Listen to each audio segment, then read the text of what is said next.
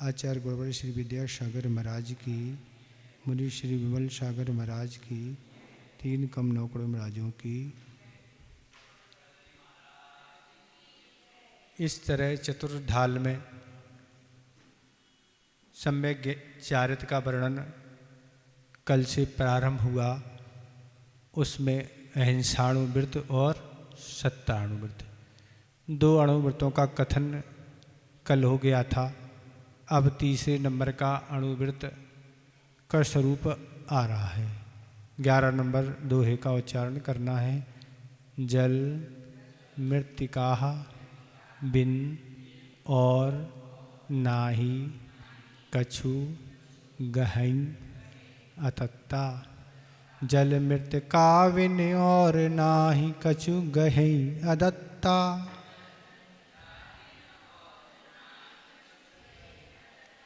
निज वनिता बिन सकल नारी सो रहे विरक्ता। निज बनता बिन सकल नारी सो रहे विरक्ता।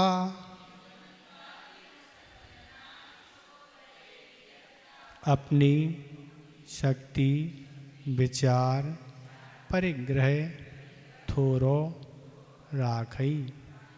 अपनी शक्ति विचार परिग्रह थोरो राखई।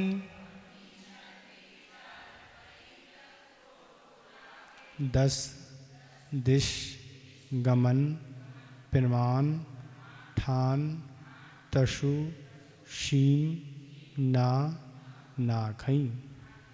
10 दिश गमन प्रमाण ठान तसु सीम न नाखई।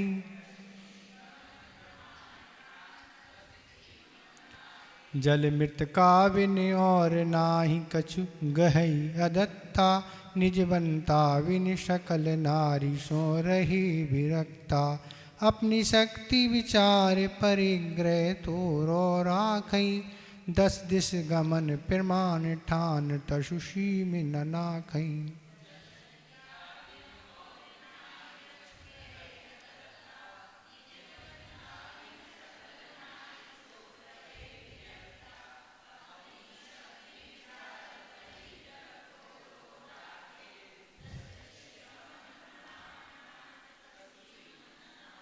ठीक हो गया उच्चारण? कहीं कोई रुकावट तो नहीं हो रही? क्या कह रहे हैं? जल मृत्तिका बिन और कछु अदत्ता गही नाही। तीसरे अचौराणी वृत्त का स्वरूप यहाँ बताया जा रहा है। इसमें कह रहा है जल और मिट्टी के अतिरिक्त और कोई भी वस्तु बिना दिए ग्रहण नहीं करना अचौण वृत्त है। जिसने यह अचौण वृत्त धारण किया है वह किसी की क्या है, गिरी हुई, भूली हुई, पड़ी हुई, रखी हुई कोई भी वस्तु कहीं रखी है वह उसको ग्रहण नहीं कर सकता। कहीं किसी की वस्तु गिर गई है या कोई भूल के छोड़ गया है या कहीं पड़ी हुई है या कहीं रखी है तो जिसने इस व्रत को अंगीकार किया है वह उठा नहीं सकता। उठाएगा तो उस व्रत की पूर्णता नहीं मानी जाएगी। तो ये इसमें कहा जा रहा है। लोगों का कहना क्या है, महाराज कहीं कोई रुपया पैसा गिर जाता है हम उठा के मंदिर की गुल्लक में डाल देते हैं। तो दान का स्वरूप समझे। दान किसे कहते हैं? अपनी वस्तु का ही दान होता है, चाहे रुपया हो, चाहे पैसा हो, चाहे कोई हो। दूसरे की वस्तु हम डाल लेंगे तो वह दान की कोटि में नहीं आया। आपका भाव यह है महाराज जी वो तो कोई ले जाएगा, कोई कुछ भी करे, पर आप मान को उठा लिया आपने और सामने वाला लौट के आके देख रहा है कि हमारा पैसा गिर गया था वहाँ डला होगा, वो परेशान हो रहा। आपने उठा लिया, पुलिस ने आपको पकड़ लिया, आप क्या हो गए? मार किसको लगेगी? और भी समस्या, जितना पैसा मिला नहीं उससे ज़्यादा उसमें लग गया।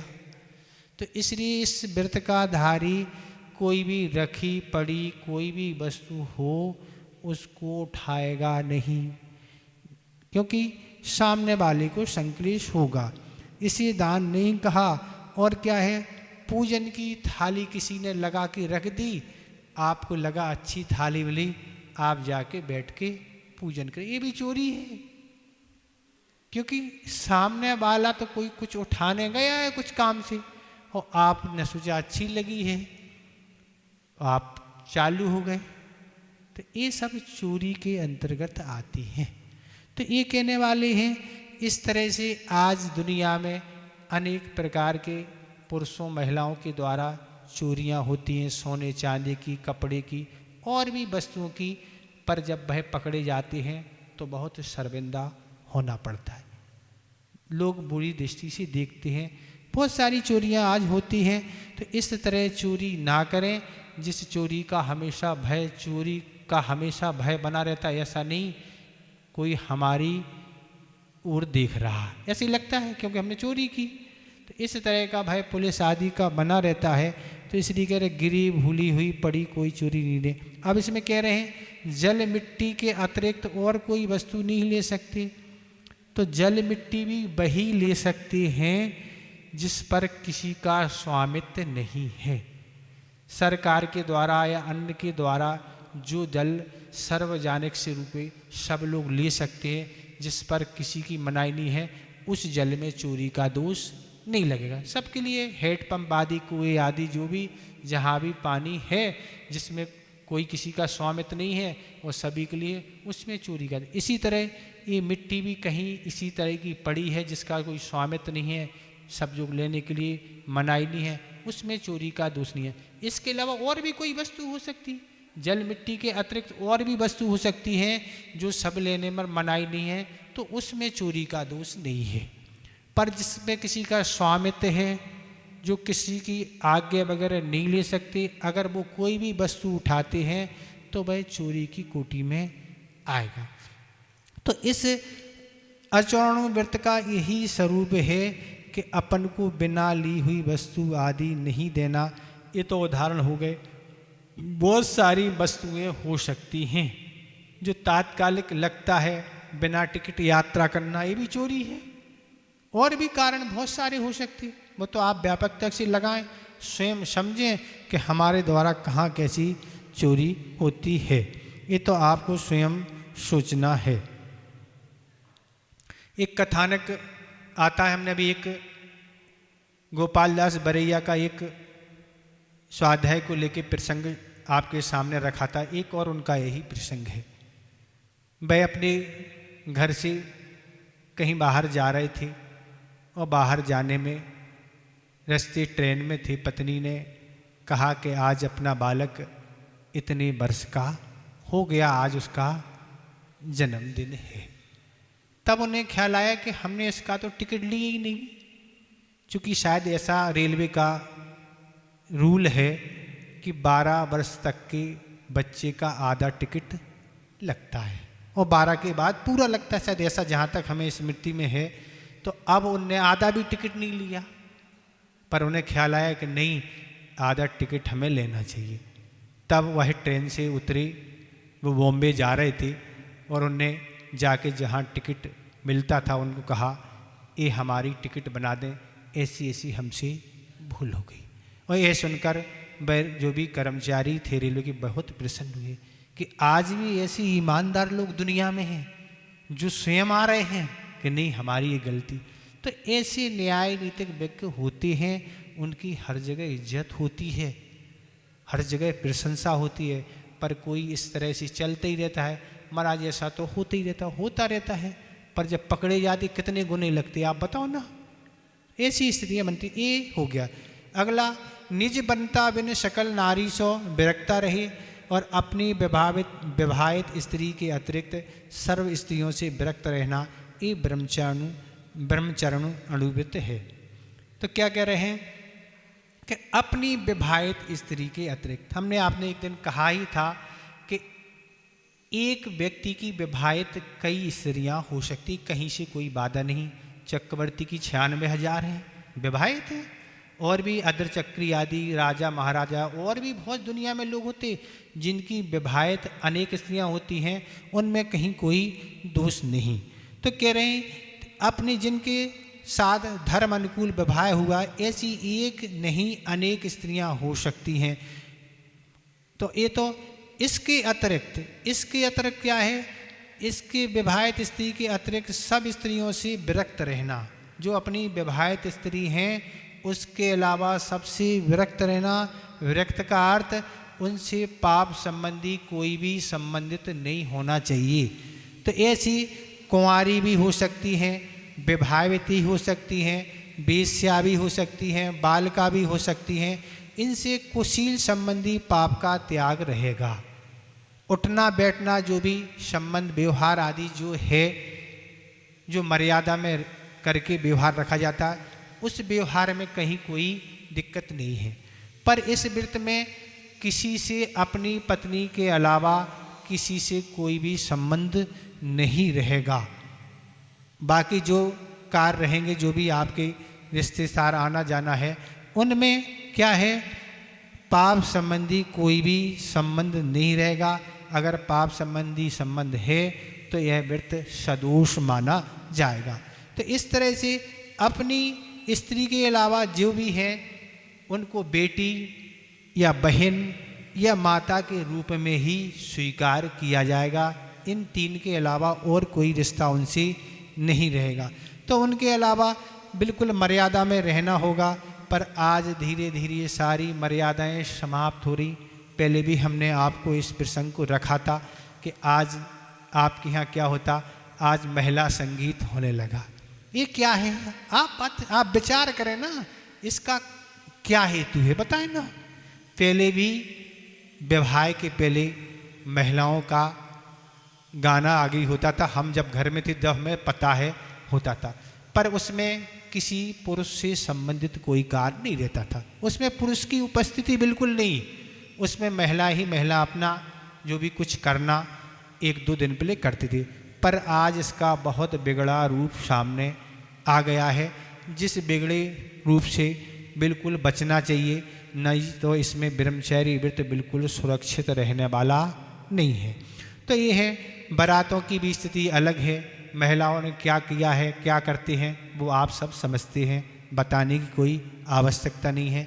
ये भी सब मर्यादा से बाहर होता चला जा रहा है। धार्मिक क्रियाएं हैं, जलूस आदि या जहाँ जो है उसमें महिलाओं की मर्यादा होना आवश्यक है। वही उनकी शोभा है। जो जिसको काम उचित है वही करें तो वही मर्यादा है। अन्यथा मर्यादा से बाहर जाते तो ये कोई धर्म नहीं है। तो आज इस तरह से क्लब आदि में जाना भी हो गया है। क्लब में जाते, आपके यहाँ घाटोल में तो शायद क्लब नहीं होंगे, पर बड़े बड़े नगरों में तो क्लब होते ही हैं। उनमें सब लोग उपस्थित होते हैं। वहाँ कोई धर्म नहीं होता, वहाँ सिर्फ पाप ही होता है। तो ऐसे स्थानों से बचना चाहिए, ऐसे कार्यों से बचना चाहिए। तो ये कह रहे हैं ये व्रत क्यों लेते हैं, तो पाप के भय से। आचार्य समदभद्र महाराज ने रत्नखंड सापचार में पापेत क्या है, ये व्रत क्यों धारण करता है, वो पाप के भय से।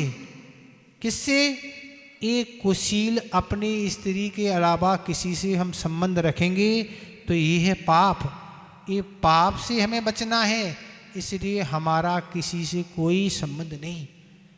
ये स्वदार संतोष व्रत कहलाता है। क्या है, अपनी स्त्री के अलावा या स्त्री अपने पुरुष के अलावा किसी से संबंध नहीं रखना। ये क्या है, सदार संतोष व्रत है। स्वदार अपनी दारा मतलब अपनी पत्नी के अलावा सारी पत्नियों से संबंध खत्म। तो ये व्रत होता है, ये बहुत बड़ा व्रत है, ये कोई सामान्य व्रत नहीं है। तो ये व्रत है। अब ये कह रहे हैं आज ऐसे दर्शनकार हुए हैं जो कहते हैं इच्छा को रोको नहीं, इच्छा की पूर्ति करो। ऐसे भी आज दुनिया में लोग हुए हैं कि तुम तो इच्छा को रोकना नहीं, इच्छा की पूर्ति करते चले जाओ, पर इच्छा की पूर्ति करने से वह ब्रह्मचर्य व्रत नहीं रहेगा। तो ऐसे आज विदेशी हवा लग गई है जिसके कारण ये पाप बढ़ रहा है। कितने पाप के साधन बढ़ते चले जा रहे हैं और उसके कारण यह व्रत रहना सुरक्षित बहुत कठिन हो गया है। सारे आज साधन बढ़ रहे हैं, चाहे टीवी हो, चाहे मोबाइल हो, चाहे कंप्यूटर हो और चाहे और भी बहुत तरह की चीज़ें हों। इससे परिणाम सुरक्षित नहीं रह सकते।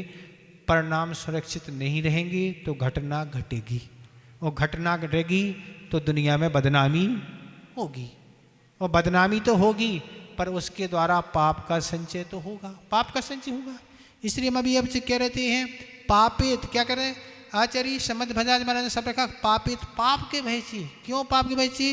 क्योंकि आचार्य सकल कीर्ति महाराज ने लिखा है, आचार्य सकल कीर्ति महाराज ने क्या लिखा है, जो एक दिन का ब्रह्मचारी व्रत का पालन करता है वह 9 लाख जीवों को अभयदान का पुण्य संचय करता। क्या लिखा है?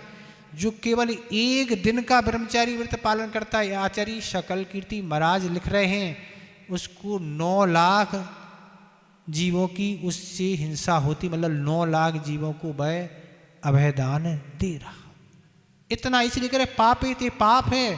तो इस तरह से ये सारी स्थिति है कि आज विदेशों में कोई स्वदार संतोष व्रत नहीं है, और पाप से डरने वाला व्यक्ति ही व्रत लेता है, जिसे ये भय है कि असम पाप से हमारी नरक में यात्रा होगी। नरक का एक प्रसंग है कि जो यहाँ पर स्त्री में इस तरह से लंपट होते हैं, उनको वहाँ नार की क्या करते हैं, एक स्त्री का पुतला बनाती हैं, उसको गर्म करके उससे उसको चिपकाते हैं।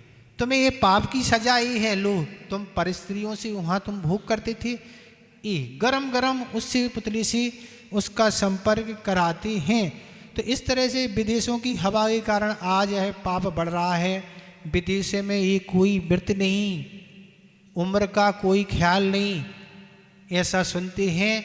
एक व्यक्ति ही अपने जीवन में कितनी शादियां करता है उसका कोई हिसाब नहीं। 50-50, 60-60 शादियों का उल्लेख मिलता है। तो ये कोई धर्म नहीं समझ के ऐसा किया जा रहा है। कब तलाक कर दिया जाता कुछ पता नहीं। तो इस हवा से बचना चाहिए। इस हवा से नहीं बचेंगे तो पाप के आश्रव से नहीं बच पाएंगे। पाप का आश्रव होगा ही, और जब होगा तो भोगना ही पड़ेगा। तो इस तरह से ये विदेशी हवा, आज पाप से डरने वाला व्यक्ति ही व्रत लेता है जिसे पाप से भय है। पर ऐसे आज युग में भी आज ऐसे लोग हैं जो इस व्रत का पालन करते हैं घर में रह के भी। हमारा एक नगर में प्रवास हुआ था। बावन ने बताया था पति पत्नी से, उनके यहाँ केवल एक ही संतान है। महाराज हम 1 माह में 29 दिन का व्रत का पालन करते हैं। कितना? 1 माह में 29 दिन का। वो भी माता पिता बनना है, इसलिए हम, उम्र ज़्यादा नहीं थी उस समय, उम्र 40 वर्ष की ही थी। उन्होंने मैं बताया था कि महाराज, तो इस तरह से एक जगह हमारा आहार हुआ।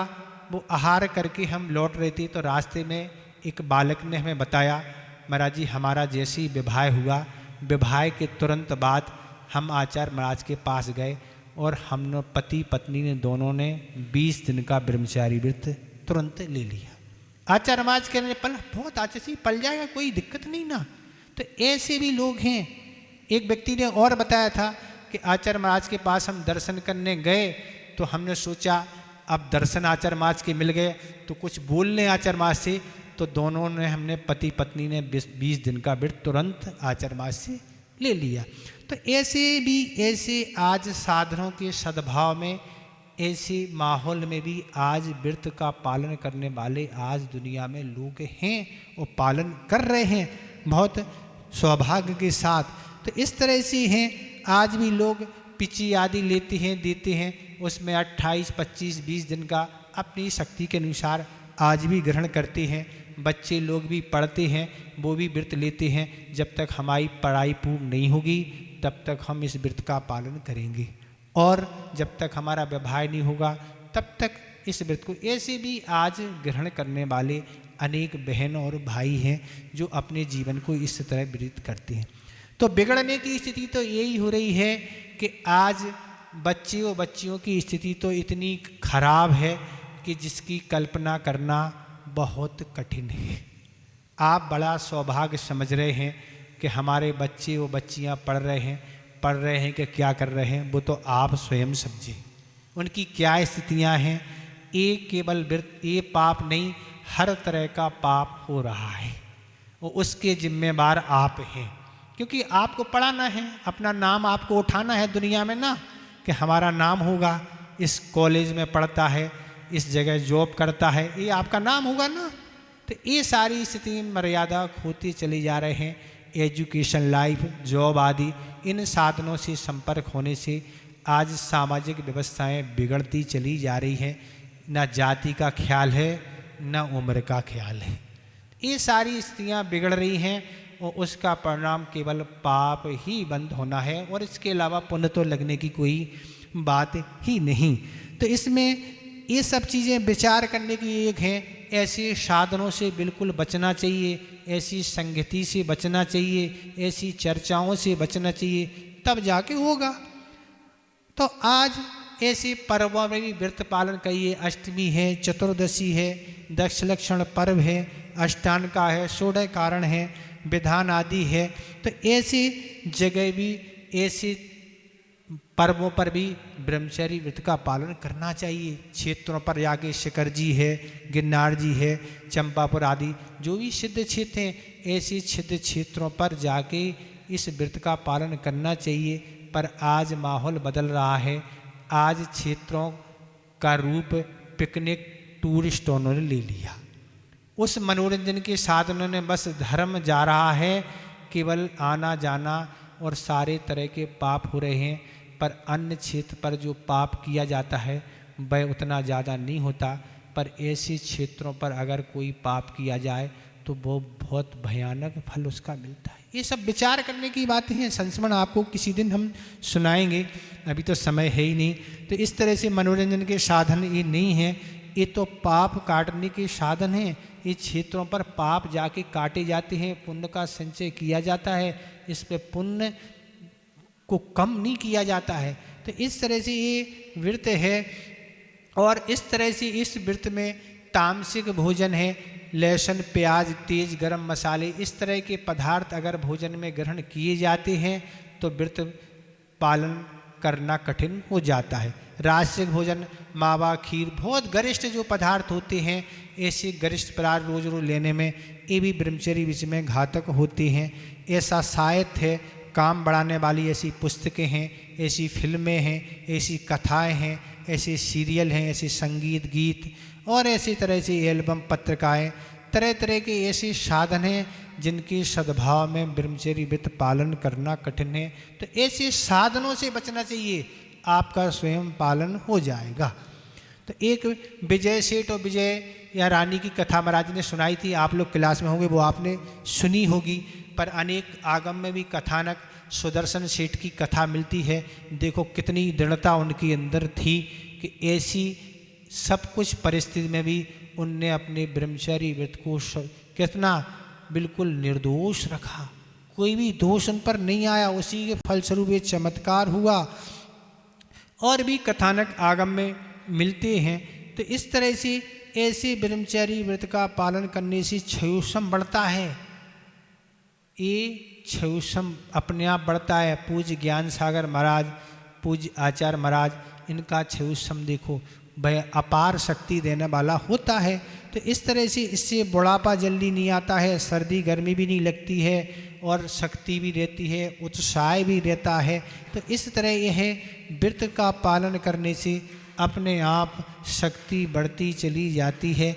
इसलिए इस व्रत को अच्छे से पालन करना चाहिए। मानसिकता बना के जो दुनिया में लोग जो कर रहे हैं उन्हें करने दो, पर आगम का जो आदेश है उसका पालन करना अपन सबका कर्तव्य है। आचार्य महाराज तिलवारा घाट में एक बार विराजमान थे और जो योग के बाबा वह आचार्य महाराज जो योग में प्रसिद्ध थे, उस समय भारतवर्ष में योग कराते थे। उनका भाव था कि आचार्य महाराज का हमें दर्शन करना है और वह 2006 में आचार्य महाराज के दर्शन करने आए। आचार्य महाराज विराजमान थे, साथ में संघ भी बैठा था और सारी आचार्य महाराज से उनकी वार्तालाप हुई और वार्तालाप करने के बाद वह जब जाने लगे तो वहाँ के जो ट्रस्टीगण थे तिलवारा घाट के, उनने कहा कि कुछ हम लोगों को संदेश उपदेश दें। तब उन्होंने भरी सभा में यही कहा कि संपूर्ण भारतवर्ष में अनेकों संत हैं, लेकिन आचार्य विद्यासागर महाराज एक निर्विवाद संत हैं, जिनका किसी तरह से कोई विवाद नहीं है। अनेकों भारतवर्ष में संत हैं, पर कहीं ना कहीं किसी को कलंक से वह दूषित हैं, पर आचार्य महाराज इसमें एक निर्विवाद संत हैं, इसमें उनका कोई कभी चर्चा का विषय नहीं बना। ठीक है, इसमें कुछ पूछना तो नहीं है? समझ में तो आ गया। अभी दोहा पूर्ण नहीं हुआ, पर एक चतुर्थ व्रत तो पूर्ण हो गया, आगे तो आपको करना ही है। ठीक है। और क्या कह रहे हैं? अपनी शक्ति विचार थोड़ा परिग्रह रख। और क्या कह रहे हैं? अपनी शक्ति का विचार करते हुए थोड़ा परिग्रह रखना चाहिए। अपनी शक्ति का अर्थ ये है अपना जीवन सुचारू रूप से चलता रहे, जिससे किसी को मांगने की जरूरत ना पड़े। ऐसी अपनी परिग्रह की सीमा नहीं बनाना है कि अपना छोड़ दो और फिर किसी के सामने हाथ फैलाना पड़े, वो तो अच्छा नहीं। जितना अभी आप विचार करके जिसमें अपना जीवन अच्छी से शांतिपूर्वक सुखपूर्वक व्यतीत हो सके, तो अपनी शक्ति का विचार करके अपना सुचारू चले, किसी मांगना नहीं, इच्छा की सीमा बनाना है। इसलिए आचार्य उमा स्वामी ने क्या रखा? परिग्रह का लक्षण मूर्छा परिग्रह। मूर्छा घटाना है, मूर्छा तो घट नहीं रही है, परिग्रह की सीमा बना रखी है, गड़बड़ हो गया ना। इसलिए पहले मूर्छा की सीमा बनाओ, अगर सीमा नहीं बनेगी तो दोष ज़्यादा लगेगा। आप नहीं बना रहे सीमा, दोष लग रहा, आपके पास सीमा है ही नहीं ना। तो इसलिए अगर व्यक्ति भावना करता है कि हम 10 अरब आ जाएं, तो 10 अरब का दोष लग रहा। अब 10 अरब पति आप बन पाओ या नहीं बन पाओ, दोष तो लग ही रहा, क्योंकि आप में मूर्छा है 10 अरब की ना, भावना है नहीं हम घाटोल में सबसे बड़े आदमी बन जाएं। अब सबसे बड़े बन पावा चाहे नहीं, पर उस संबंधी पाप का संचय हो रहा। ऐसी मूर्छा और भावना नहीं बनाना, जितने में अपना व्यतीत हो उतना काम करके रखना है। तो इस तरह से परिग्रह का अर्थ क्या है? यह मेरा है, इसका भाव ही परिग्रह है। ये मेरा है, जहाँ अपना स्वामीपन आ गया नहीं, बस वही परिग्रह है। ऐसे स्वामी का भाव परिग्रह है। तो परिग्रह की सीमा 3 प्रकार से बनाई जा सकती है। उत्तम, जितना परिग्रह है उससे कम की सीमा बना देना है, जितना है उसमें से हटा दिया तो वो हो गया उत्तम। मध्यम कितना है? वर्तमान में जितना है उतना ही रख लिया, अब इसमें ना घटाना है ना बढ़ाना है। और जघन्य क्या हो गया? वर्तमान में जितना है पर उसमें निर्भय नहीं हो पाएगा, तो उससे ज़्यादा की सीमा बना लेना है। ये क्या हो गया? जघन्य हो गया, पर बन तो गया ना। पर जितनी की सीमा बन गई उससे ज़्यादा का पाप तो नहीं लगने वाला है। पर अगर सीमा है ही नहीं कुछ, तो क्या हो गया? मूर्छा बनी हुई है। कभी भी क्या करना? बहवारम परिगृतम नार कश्या। आचार्य उमा स्वामी महाराज तत्वार सूत्र के 6 अध्याय में ये नरक आयु के आसव का क्या कारण है? बहुत आरंभ और बहुत परिग्रह। ये 2 हैं, बस नरक चले जाओगे, और कुछ ज़्यादा नहीं करना ना, और कुछ नहीं, ज़्यादा आरंभ करना और ज़्यादा परिग्रह रखना, तो आपकी टिकट वहाँ की कहाँ की बन जाएगी? नरक आयु की टिकट बन जाएगी। फिर वह यहाँ बस की, प्लेन की और ट्रेन की तो कैंसिल हो जाती, पर वह टिकट कैंसिल नहीं होगी। फिर तो जाना ही पड़ेगा, वहाँ का स्वागत जाके आपको स्वीकार करना ही पड़ेगा। नागर नरकों में स्वागत होता है, वो स्वागत आपको मिलेगा, सब आपका स्वागत वहाँ अच्छे से करेंगे।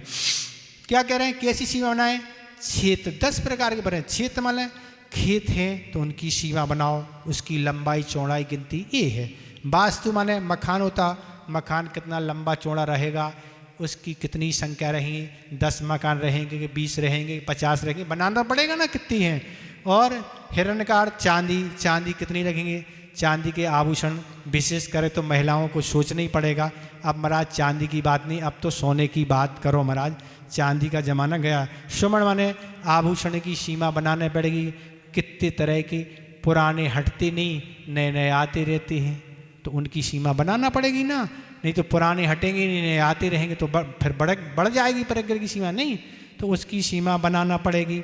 धन है, गाय भैंस आदि जो हैं तो उनकी सीमा बनाना पड़ेगी। जन्म होगा तो सीमा बढ़ जाएगी। और धान गेहूँ चावल दाल ये कितनी रखना, दासी नौकर कितनी रखना, कपड़े धोने वाले, झाड़ू लगाने वाले, पोंछे लगाने वाले, बच्चे खिलाने वाले, और भी बहुत सारे नौकर रखे जाते ना। अब सेठानी तो कुछ करती नहीं ना, सेठानी क्या करेंगी। एक नगर में हम थे तो एक दिन रात में किसी ने भैयावृत्ति सुनाया कि महाराज हमारे यहाँ एक नौकरानी लगी है, वो अजैन है। वो आज कह रही थी कि बस ऐसा पुण्य बन जाए कि अगले भर में जैन की स्त्री बन जाए तो कुछ करने ही नहीं पड़ेगा, बस सब काम के नौकर लगे हैं, बस सेठानी तो केवल हुक्म चलाती हैं, बस ऐसा पुण्य। जब वो आज हमसे कह रही थी, वो हमसे कह रहे थे, हम ठीक है अच्छा है सेठानी बनना है ना। तो ऐसी दास कहते नौकर को, तो ऐसे दुकान पे भी हो, फैक्ट्री पे भी है, और तरह तरह के दास होते हैं, ड्राइवर भी हैं, उनकी सीमा बनाना। कुप माने कपड़े आदि की सीमा बनाना। आज महाराज कह रहे थे ना साड़ियों की सीमा, वो पेटी फट रही है, क्या हो रहा है पता नहीं। पेटी नहीं, अब तो गोदरेज का ज़माना आ गया, पेटी की बातें कहाँ लगी। अब तो कितनी गोदरेज अलमारी में रखना पड़ती हैं, वो बनाए। पर एक लेडीज़ अभी इंदौर से आई थी तो ऐसे हमसे कहने लगी, अभी कुछ दिन पहले आई थी, महाराज हमें कोई शौक़ नहीं है, पर हमें बस एक ही शौक़ है शॉपिंग करने का। शॉपिंग तो हर चीज़ की होती ना, तो कहले कपड़े करने की शॉपिंग है बस। वो कपड़े हमें नए ये हमें कमी है, बाकी हमारे अंदर कोई कमी नहीं। हमने तेरा कमी स्वीकार तो की ना, हम नहीं बोले कुछ, हमने कुछ नहीं कहा, हम बोलते ही नहीं कुछ। आपको किसका शॉपिंग है आप समझें। तो इस तरह से, और भांडमाले बर्तन आदि की सीमा बनाना, इस प्रकार के 10 प्रकार का जो परिग्रह है और किराना आदि जो भी है उसकी सीमा बना के रखना, ये परिग्रह परमाणु वृत्त है। इस तरह बनाया जाता है और बनाना ही चाहिए, ज़्यादा आसक्ति नहीं, न तो आसक्ति के कारण गड़बड़ हो जाएगा। एक आपको प्रसंग हम सुना देते हैं कि धन के प्रति कितनी अनासक्ति लोगों को रहती है। ऐसे भी आज दुनिया में है। एक जयपुर के विद्वान थे सदा सुखलाल जी, बड़े संतोषी थे, और वह एक राजा के यहाँ काम करते थे और अपने जीवन को धर्ममय व्यतीत करते थे। राजा के यहाँ अनेक कर्मचारी काम करते थे, पर उन कर्मचारी ने राजा के सामने यही अपील की कि राजन आप जितना धन देते हैं उसमें हमारा निर्वाह नहीं होता, इसलिए हमारी तनख्वाह बढ़ा दी जाए। राजा ने अपने जो तनख्वाह देता था उससे सबको कह दिया कि सबकी तनख्वाह इतनी इतनी बढ़ा दी जाए। सभी की तनख्वाह बढ़ गई। जब तनख्वाह लेने का समय आया, सभी की तनख्वाह बढ़ी हुई मिली तो सभी तो खुश थे, पर उनको जो बढ़ी हुई तनख्वाह मिली उनको अच्छा नहीं लगा। और भाई राजन के पास गए, राजन आप जितना भी धन हमें देते हैं हमारे परिवार का बहुत अच्छे से परिपालन हो जाता, जो भी बच्चे आदि हैं सब संतोष से और हम लोग सब सादगी से रहते हैं, हमारा जीवन बहुत अच्छे से निकल जाता, हमें इसकी आवश्यकता ही नहीं है और आपने बढ़ा दी। अगर वस्तुतः आप बढ़ाना ही चाहते हो हमारी तनख्वाह तो आप तनख्वाह ना करना बढ़ाएं, आप तो हमारा समय घटा दें। आप जो हमसे 8 घंटे का काम लेते हैं तो आप उसमें कुछ समय की कमी कर दें, जिससे हम जितना अभी धर्म ध्यान करते हैं अपना धर्म ध्यान और बढ़ा देंगे, उस समय को मिलेगा। और अभी हम एक ग्रंथ का लेखन कर रहे हैं, वो हमारा ग्रंथ भी जल्दी हो जाएगा। राजा उनकी बात को सुनकर बड़ा प्रसन्न हुआ कि इस जमाने में भी ऐसे लोग हैं, ऐसे लोग तो दिन में। उनने कहा उनसे कि आज से तुम्हें काम तो कुछ करना नहीं है, ना आना है, तुम्हें पूरी तनख्वाह मिलेगी, तुम्हें जैसे अच्छे से धर्म ध्यान करना है सो जाके धर्म ध्यान करो। ऐसे राजा भी ऐसे मिल गए और ऐसे भय पंडित सदा सुखलाल जी जयपुर वाले, तो ऐसे संतोषी लोग भी आज दुनिया में हैं। तो इस तरह से परिग्रह के प्रति जिनकी आसक्ति कम है। और क्या कह रहे हैं, 10 दिश गमन प्रमाण ठान तसु सीम न नाके। और कह रहे हैं 10 दिशाओं में आवागमन की मर्यादा करके उसकी सीमा का उल्लंघन नहीं करना, ये दिग्व्रत नाम का गुणव्रत है।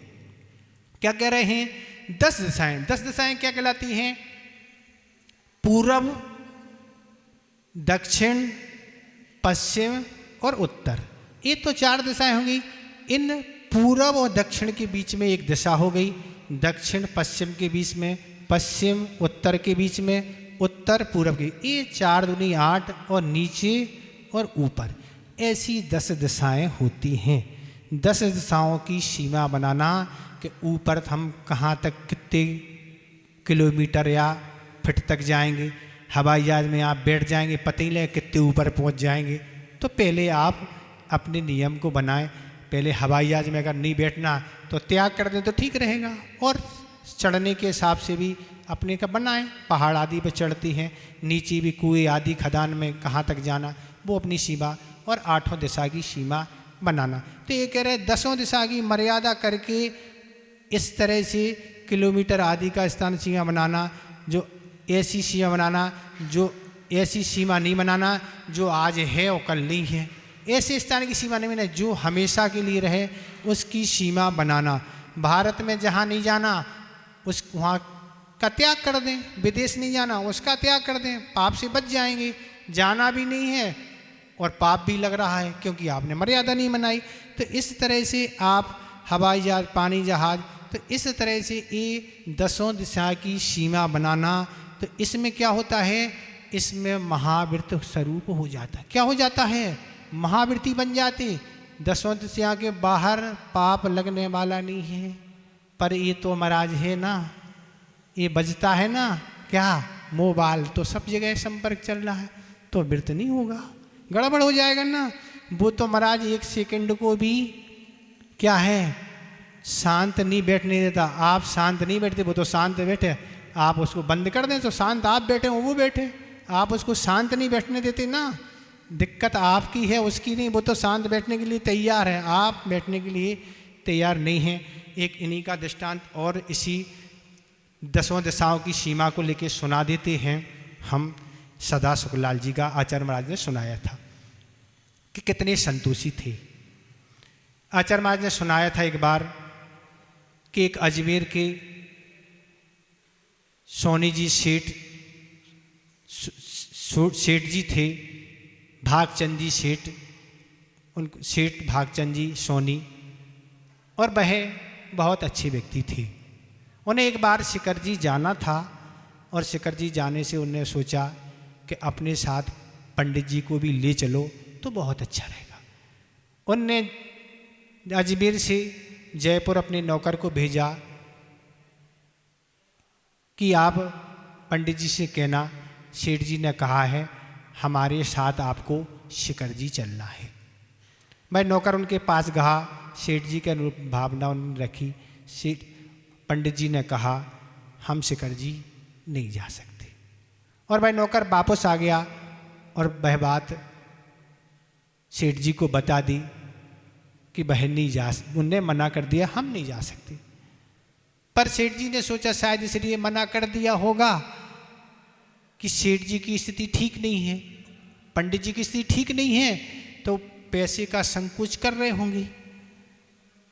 तो फिर पुनः उन्होंने नौकर को भेजा कि पंडित जी से कहना कार तैयार है, नौकर भी है, सब प्रयास सामग्री सब कुछ है, आपको कोई किसी बात की चिंता करने की बात नहीं है, सब कुछ तैयारी है, सिर्फ आपको चलना है, पैसे आदि और सामग्री कोई नहीं, आपकी चर्या के अनुरूप सब निर्भय होगा।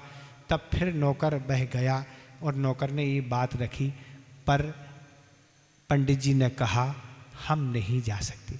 हम एक बार जिस क्षेत्र पर जाते हैं वहीं नियम लेते आते हैं कि अब हम उस क्षेत्र पर नहीं आएंगे, क्योंकि हमने अब अपने जयपुर से बाहर का त्याग कर दिया। अब हमें अपनी संलेखना धारण करना है और आगामी जीवन अच्छा बनाना है। तो ऐसे भी आज दुनिया में लोग हैं कि आपाथापी से बचते हैं। और आज तो महाराज ज़माना आ रहा है, भाग दौड़ का ज़माना चल रहा है। तो आज तो लोगों को भली गले में चैन डली है, पर चैन किसी को आज है नहीं। कभी ट्रेन में लटके हैं तो कभी ट्रेन में लटके हैं, ऐसे लटके ही रहते हैं। ठीक है, ये आपका विषय हो गया। इसमें आपको कुछ पूछना तो पूछ लें।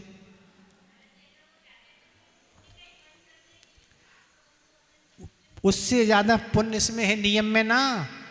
जिसको नियम लिया उस नियम का निर्वाह करने में पुण्य ज़्यादा है। पर हम लोगों को तो पुण्य ही नहीं लगेगा ना, हम तो जा ही नहीं सकते ना। अभी पैदल जाएंगे, ऐसा नहीं। नियम हो गया, अच्छे से विशुद्धि पूर्वक बंदा कर ली, अच्छे से कर रहा है। अब आगा जाके और रास्ते में कहीं बिगड़ गई स्थिति, स्वास्थ्य खराब कुछ हो गया, समाधि नहीं हो पाएगी, मनुष्य भाव चला गया, फिर क्या करोगे? उससे महत्वपूर्ण संलेखना है वंदना से। पुण्य तो बैठे बैठे यहाँ से भी कर सकते बंद, यहीं से टोकों की बंद ना कर सकते, हो सकता कर रहा है। जाना प्रमाद नहीं, अब क्या नहीं जाना। ठीक है, और कुछ तो नहीं पूछना किसी को। क्या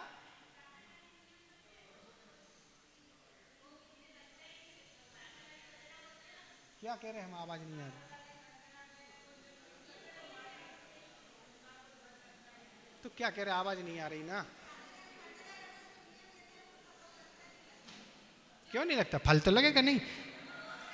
अभी देश व्रत आएगा ना, उसमें बता देंगे। सुनो, देश व्रत आएगा उसमें बता देंगे। जे दिग्व्रत था, देश व्रत में रोज का वो आ जाए। अभी आप संस्मरण सुने जल्दी। हाँ, आचार्य महाराज जब राजस्थान से, वार्तालाप बाद में करना, आचार्य महाराज जब राजस्थान से बुंदेलखंड पधारे और बुंदेलखंड वालों ने जब चर्या आचार्य महाराज की देखी और उनकी कठोर चर्या और निर्दोष साधना के फलस्वरूप भाई और बहन लोग आचार्य महाराज से व्रत लेने लगे। और व्रत लेते लेते बहनों की संख्या बहुत बढ़ गई और बहनों को आगे दीक्षा भी लेना है। तो ये चर्चा का विषय बना कि दीक्षा के योग इनको साधना करना है, पर साधना घर पर होना संभव नहीं। तब एक विचार बनाया गया कि एक आश्रम का निर्माण कराया जाए। तब एक प्रस्ताव पारित हुआ कि कुंडलपुर में एक बहनों के लिए आश्रम बनाया जाए, और आश्रम वहाँ बनना था। और आचार्य महाराज वहाँ पधारे कुंडलपुर। उस दिन आश्रम का शिलान्यास होना था। कार्यक्रम हुआ। कार्यक्रम के बाद आचार्य महाराज से प्रवचन के लिए कहा और आचार्य महाराज का प्रवचन प्रारंभ हुआ। आचार्य महाराज ने एक बात कही अपने प्रवचन में कि पहले के ज़माने में अगर किसी को टीबी रोग हो जाता था तो उसको गांव से बाहर कर दिया जाता। उसका उपचार गांव से बाहर होगा, गांव में वह व्यक्ति नहीं है, क्योंकि वह छुआछूत का रोग है, एक की जगह कई को फैलेगा, रख दिया था। पर आज तो टीबी घर घर में आने लगी है। अब जो घर घर में टीबियाँ आ रही हैं उसके फलस्वरूप क्या होने वाला है।